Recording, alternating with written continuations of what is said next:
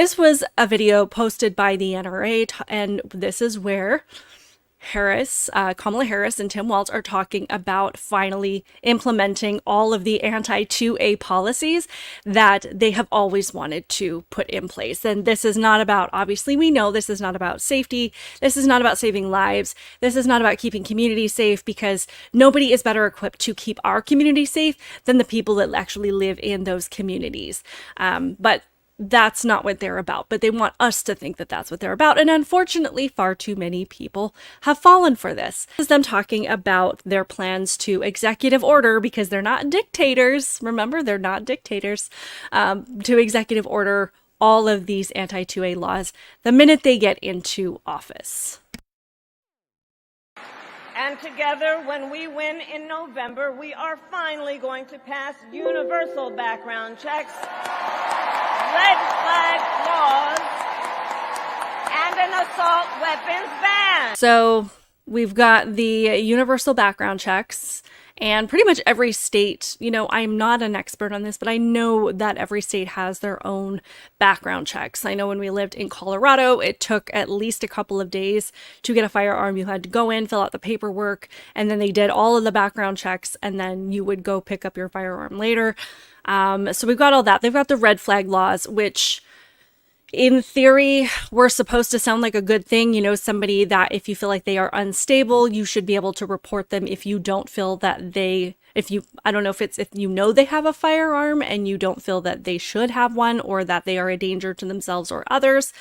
But obviously we have people that are going to abuse this policy, just like they did with COVID. People all too willing to report their neighbors for anything that the government tells them to be against. So we already know, they already tested people's compliance and willingness to report their neighbors to the government anytime they were offended about something or worried about something, or just wanted to see their pro-Trump neighbor get in trouble for something. They were all too happy to be tattletales. So we know that these red flag laws are just an invitation for people who have fallen for the lies of these two, that are all too willing to call whatever hotline they need to, whatever government official they need to get their neighbor in trouble, and even willing to make things up. And we've seen stories like that as well. People just completely making things up to report their neighbors. So that's going to be awesome.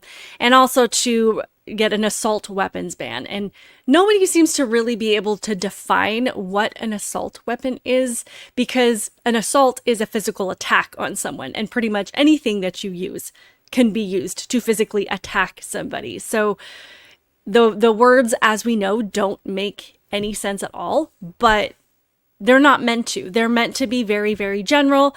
They're meant to give people a false sense of security, to make them feel like they're actually fighting for something. But really what they are is to get people one step at a time toward the thing that they really want, to get them to accept language like assault weapon, to get people to accept words like gun violence. And that way, you know, once they have their foot in the door, then they can take one more step at a time, and people aren't going to stop them toward the true thing they want, which is to completely abolish the Second Amendment, to make sure that none of us can defend ourselves from anyone, you know, whether it be somebody that's a danger in our own community, whether it's a next door neighbor, to people that are government officials and come to our doors and want to arrest us for anything that they think that we need to be arrested for. If you've ever been to Liberty Hangout, this is Kaitlyn Bennett, and she's talking to this couple. This video went viral a couple of weeks ago, or maybe it was about a week ago. It looks like it was posted a couple of weeks ago, sorry. And it went viral, and I thought it was really interesting to watch, because she's trying to have a conversation with this person about their support of Kamala Harris. And particularly, he gets into this conversation about guns and assault weapons and AR-15s, and he decides on so many different positions, it's really hard to keep track of. But let's just have a look at what he has to say. Have you guys been following the Democrats with the Democratic debate? Kamala Harris? I think she's got a bright future. Okay. I'd like to have her, realistically, I'd like to see some real some real concrete answers out of her. Okay. I haven't heard anything concrete, but I think she has a bright future. So something that is concrete is that she would like to ban AR-15s with the use of an executive action if Congress didn't pass any type of gun control to do so within the first 100 days of her taking office. Is that something you would support? Yeah, absolutely, I'd support that. Why? Because those are weapons of war, and unless we're trying to overthrow our government, we don't need them. So which branch of the military uses AR-15s? I didn't say that the branch of the military used AR-15s. I said they were weapons of war. What war did we use them in? Again, they're just weapons of war. So already he's using language that he can't defend. I mean, to me, the weapons of war, there are so many different kinds of weapons that are actually used in war. So that can encompass any number of things. And I would think that the people proposing this talking point, saying this is a weapon of war, would be able to say they were used in this way in this particular war, they were used this way. But they have, like I said, they're just intentionally vague because they want it to encompass anything pretty much that we could probably use to defend ourselves with. You can tell that he doesn't have the information to back it up, and you're going to see this as we get into this conversation. Or what do you put in that category? How do you name that category? Well, any kind of weapon that you can use that you don't need to specifically, realistically reload every 6 rounds. Something that you can do mass destruction with. That honestly, like an AR-15, where you can do mass damage in schools and mass damage to people in any other kind of war. Can you not do that with, let's say, a handgun, a Glock, a 1911? You can do any kind of damage with 6 rounds. That's why you only need 6 rounds. Why do you need? So we only need 6 rounds. I didn't say we only needed 6 rounds. That's not what I said. You're putting words in my mouth. Okay, well, he's the one that specifically brought up this 6-round thing. She didn't bring it up. She didn't say anything about the number of rounds. So he started out over here where he's just talking about weapons of war. Then he's talking about weapons that you can do a mass amount of damage with. Again, very, very, very vague terms. So what does that mean? And now we're slowly whittling it down. He's like, okay, well, something that you can only carry 6 rounds in. You only need 6 rounds. And then she mentions the 6-round things. And he's like, well, that's not what I said. How can I follow your thought process when you're not even following your own thought process here? So let's keep going a little bit further because I found the whole conversation just so amusing yet terrifying at the same time. That's why I was asking. I'm not trying to put words in your mouth. That's why I clarified with you. I'm not saying this guy said this. I'm clarifying, so we're not fake news here. I didn't say that. Do you think that there should be only 6 rounds, or what's the limit for you? I didn't say anything about a limit. All I'm saying is that, specifically, because we don't necessarily need anything more than 6 rounds for personal use. If you want to go hunting, go hunting. I'm sorry. I don't mean to keep stopping this, but it's just so funny to say, well, he's like, I didn't say anything about a limit, but I did say that we only need 6 rounds.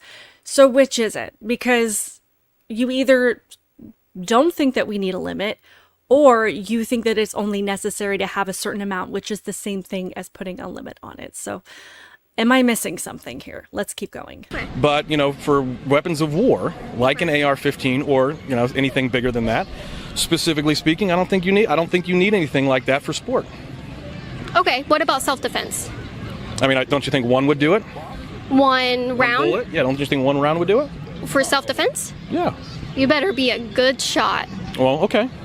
You better be a damn good shot for only 1 bullet in a gun. I mean, is more than one person going to rob your house? Absolutely. That tends to happen, yeah. I honestly, and I could be wrong on this, I think the vast majority of the robberies that we see are more than one person because they want to get in there and be able to leave as quickly as possible. And they want to be able to have each other's backs and defend each other in case something goes wrong. So I think that's insane to say, is there going to be more than one person that robs your house? That's something that happens all the time. Well, I remember watching this and thinking to myself, you know what I wish Kaitlyn would have done? I wish in this moment she would have turned to this woman here. I don't know if it's wife, his girlfriend. I pray that it's just his girlfriend so that she can look at this guy and just say, you know what, this isn't going to work out. But, if they're married, then best of luck to them.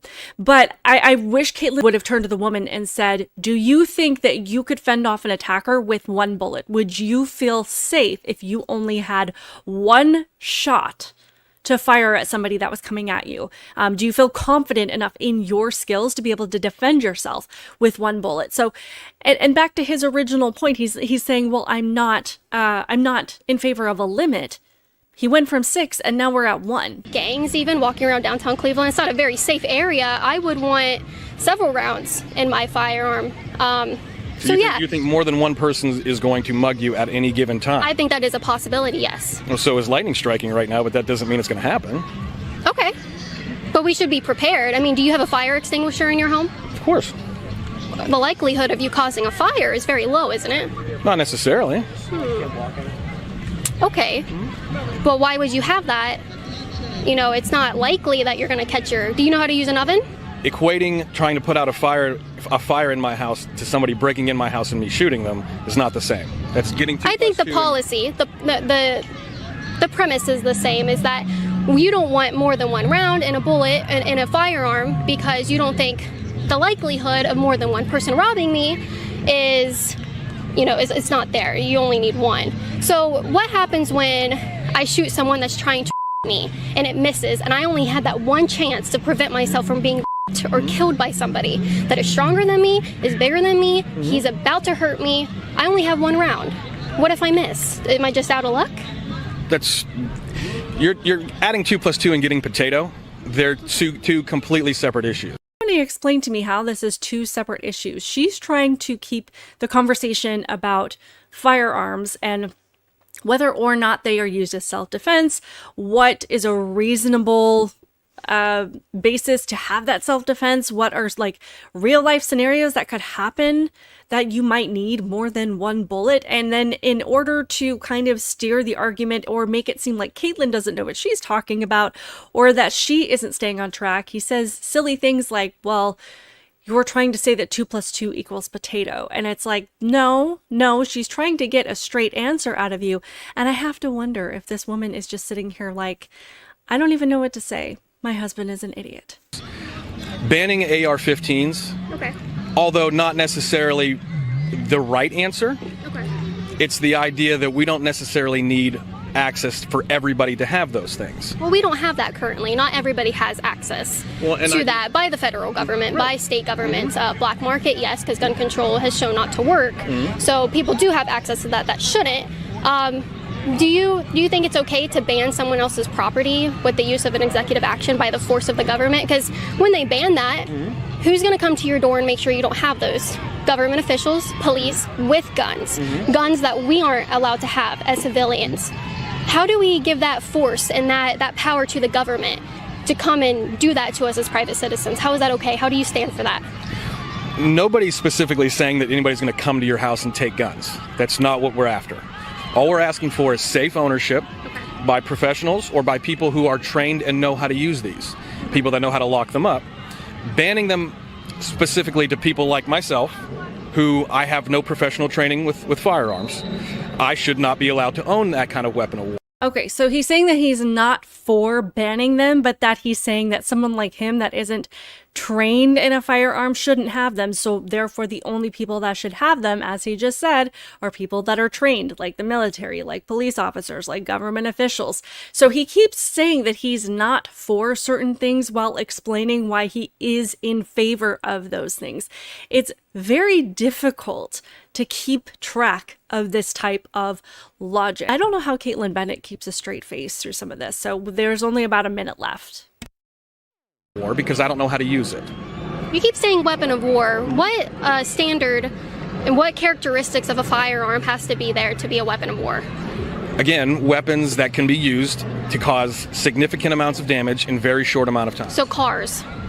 Again, 2 plus 2 is not potato. Cars kill more people than firearms every year. Are they weapons of war? I'm pretty sure people of a certain religion like to run people over with cars.